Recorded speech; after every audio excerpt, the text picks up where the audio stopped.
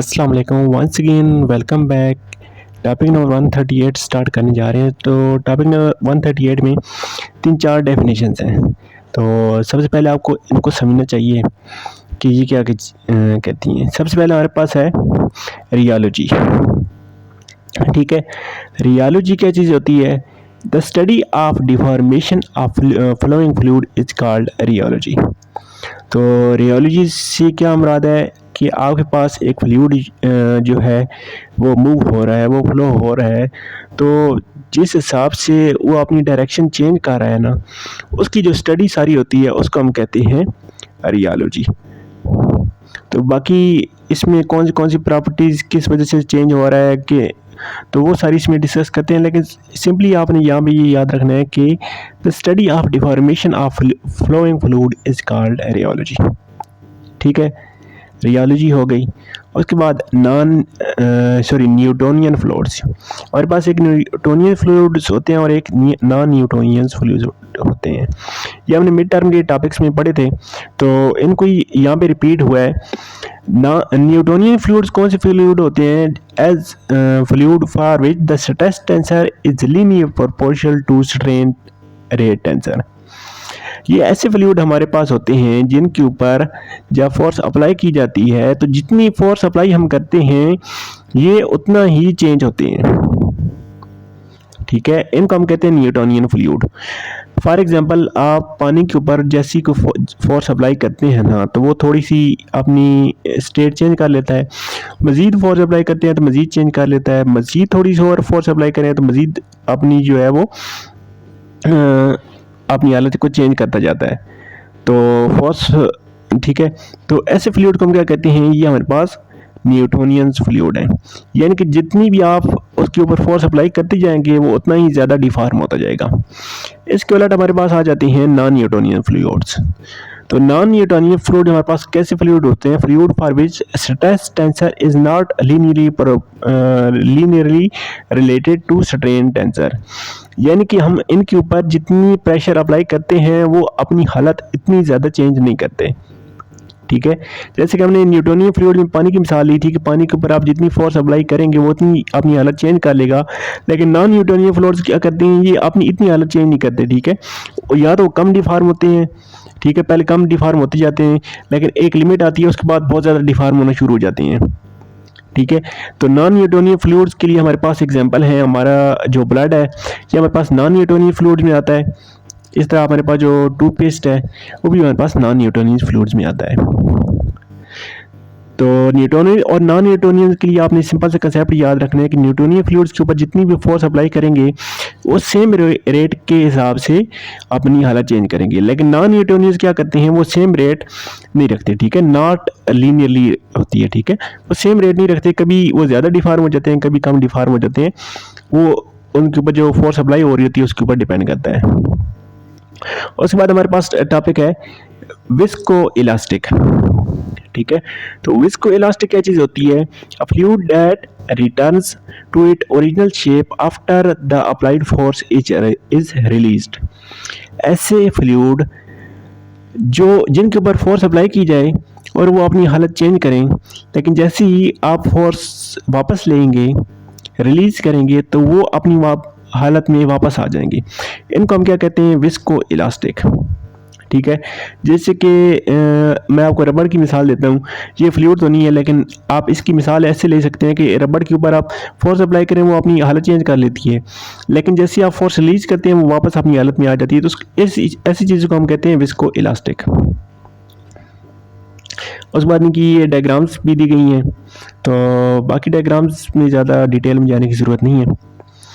अच्छा, बाकी हमारे पास है शेयर थिनिंग फ्लूइड या pseudo-plastic fluids.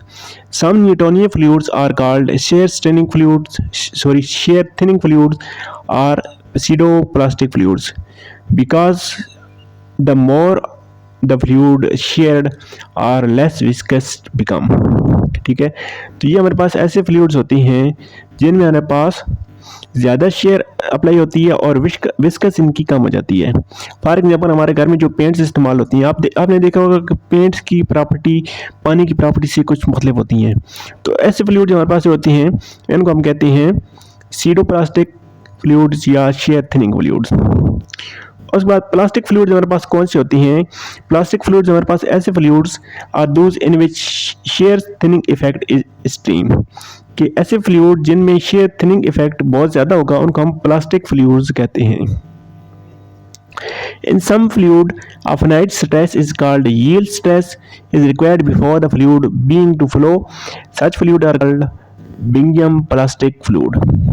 अच्छा, ये ऐसे फ्लूइड्स होते हैं इनके ऊपर अगर आप एक रेट तक फोर्स अप्लाई करना शुरू करते हैं ना तो वो अपनी हालत चेंज नहीं करते, लेकिन एक रेट आता है जब इतनी ज़्यादा इन फोर्स अप्लाई कर दी जाती है, उस रेट के बाद इन्हें मज़ीद फोर्स अप्लाई की जाए तो वो जो फ्लूइड होते हैं वो आपके पास फ्लो होने शुरू हो जाते हैं। तो ऐसे फ्लूइड्स को बिंघम प्लास्टिक फ्लूइड्स कहते हैं। उसके बाद शेयर थिकनेस फ्लूइड्स या dilatant fluids, the more fluids is shared and more viscous it becomes.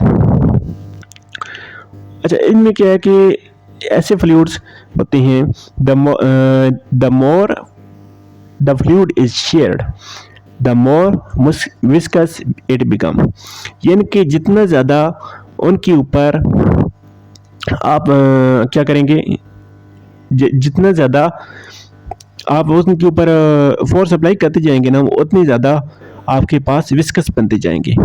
ठीक है, विस्कस बनने का क्या मुराद है? विस्कस आपके पास वो प्रॉपर्टी होती है कि फ्लूइड के बहाव में मदद करती है, तो जितनी ज़्यादा उनके ऊपर आप फोर्स अप्लाई करते जाते हैं वो उतनी ज़्यादा विस्कस होते जाते हैं। तो ऐसे फ्लूइड्स को कहते हैं डिलेटेड फ्लूइड या शेयर थिकनेस फ्लूइड। इनकी यहाँ भी एक एग्जाम्पल दी गई है। फॉर एग्जाम्पल, एक ऐसी किस्म की रेत है, ठीक है, ऐसी किस्म की रेत है जिसमें इंसान डूब सकता है। ये यहाँ पे सेम वही एग्जांपल दी गई है। ठीक है, अब इस रेत में देखिए एक इंसान डूब रहा है, तो वो इंसान जितना ज़्यादा उछले कूदेगा ना वो उतना ज़्यादा डूबता जाएगा, क्योंकि ये आपके पास जो सैंड पड़ी हुई है ना जिसमें ये डूब रहा है, तो ये हमारे पास डिलेटेंट फ्लूइड्स हैं कि जितना ज़्यादा ये उछले कूदेगा इतनी ज़्यादा ये आपके पास विस्कस बनती जाएगी और इतना ज़्यादा डूबता जाएगा। तो आई होपफुली आपको ये चीज़ें समझ आई होंगी। नेक्स्ट टॉपिक नंबर 139 में आपके पास नेवियर-स्टोक्स इक्वेशन की डेरिवेशन है। तो इसकी डेरिवेशन अगर आप करना चाहें तो कर सकते हैं, लेकिन इतनी ज़्यादा इंपॉर्टेंट नहीं है, तो मैं आपको सजेस्ट करूँगा कि इसकी जस्ट आप फार्मूले नोट कर लें। तो बाकी इसका फार्मूला मैं आपको बताता हूँ कि कौन सा आपने याद करना है। अच्छा, ये वाला जो देखिए हमारे पास अब इसका फार्मूला आ गया है। नेवियर-स्टोक्स इक्वेशन हमारे पास आ गई है जो कि आपके पास इनकम्प्रेसिबल है। ठीक है, और ये वाली हमारे पास इक्वेशन है, तो इसको हम कहते हैं इनकम्प्रेसिबल नेवियर-स्टोक्स इक्वेशन। ये आपने याद कर लेनी है। उसके बाद लैप्लासियन ऑपरेटर से वही है जो हम पहले भी यूज़ करके आए हैं। तो नेवियर-स्टोक्स इक्वेशन फॉर इनकम्प्रेसिबल, यहाँ तक ये आपने जस्ट याद करनी है। बाकी थोड़ी सी मैं इसको भी एक्सप्लेन भी कर देता हूँ, ताकि अगर आप इसको डेरिवेट करना चाहें तो आप कर सकते हैं। टाई जी आपके पास ये वेक्टर होता है, ठीक है, इसमें 9 कंपोनेंट्स हैं। तो इन 9 कंपोनेंट में 6 कंपोनेंट आपके पास इंडिपेंडेंट हैं, बाकी 3 कंपोनेंट ये जो हैं ये आपके पास म्यू के ऊपर डिपेंड कर रहे हैं। ठीक है, म्यू के ऊपर डिपेंड करने से क्या मतलब है कि ये आपके पास फिजिक्स के ऊपर डिपेंड कर रहे हैं। ठीक है, तो बाकी इनमें क्या चीज़ है कि इनको अगर आप मज़ीद इनमें आपके पास इनको पुट कर देना तो आपके पास ये वाली इक्वेशन बन जाती है। ठीक है, उसके बाद क्या होता है कि हमारे पास इसकी फाइनली ये कंडीशन आ जाती है। ठीक है, तो इस कंडीशन में आप देखें आपके पास मज़ीद इसको इसे सेम ऐसे ही लिख लिया, इसको भी सेम ऐसे ही लिख लिया, बाकी आपने पार्शल बाय पार्शल एक्स वाली जितनी भी फॉर्म है ना उनको इकट्ठा कर लिया। ठीक है, अब देखें हमारे पास ये फॉर्म बन गई है, और ये फॉर्म अगर आप गौर करें, ये जो फॉर्म बनती है ये हमने कंटिन्यूटी इक्वेशन पढ़ी थी। ठीक है, ये हमारे पास same continuity equation for incompressible flow हमने पढ़ी थी, तो ये तो वो चीज़ बन गई है। ठीक है, तो ये हमारे पास इक्वल होती है 0 के लिए, जहाँ पे आपके पास इनकम्प्रेसिबल फ्लो होता है। कंटिन्यूटी इक्वेशन में पढ़ी थी कि इनकम्प्रेसिबल फ्लो के लिए इक्वल 0 होती है। ये हमने पढ़ा था ना ये चीज़ के partial u by partial x plus partial v by partial y plus partial omega by partial z equal zero की पड़ी थी ना, तो सेम वही कह रहा है कि आपके पास इनकम्प्रेसिबल के लिए जीरो होती है, और बाकी ये जो टर्म्स हैं इनको आप velocity vector you Cartesian coordinates में लिख सकते हैं, ठीक है, इस तरह से। और फिर जब इनको आप कंबाइन करेंगे ना, तो आपके पास सेम ये इनकम्प्रेसिबल नेवियर-स्टोक्स इक्वेशन बन जाती है। बाकी टॉपिक नंबर 140 से नेक्स्ट वीडियो में कवर करेंगे। तब तक के लिए टेक केयर, अल्लाह हाफिज़।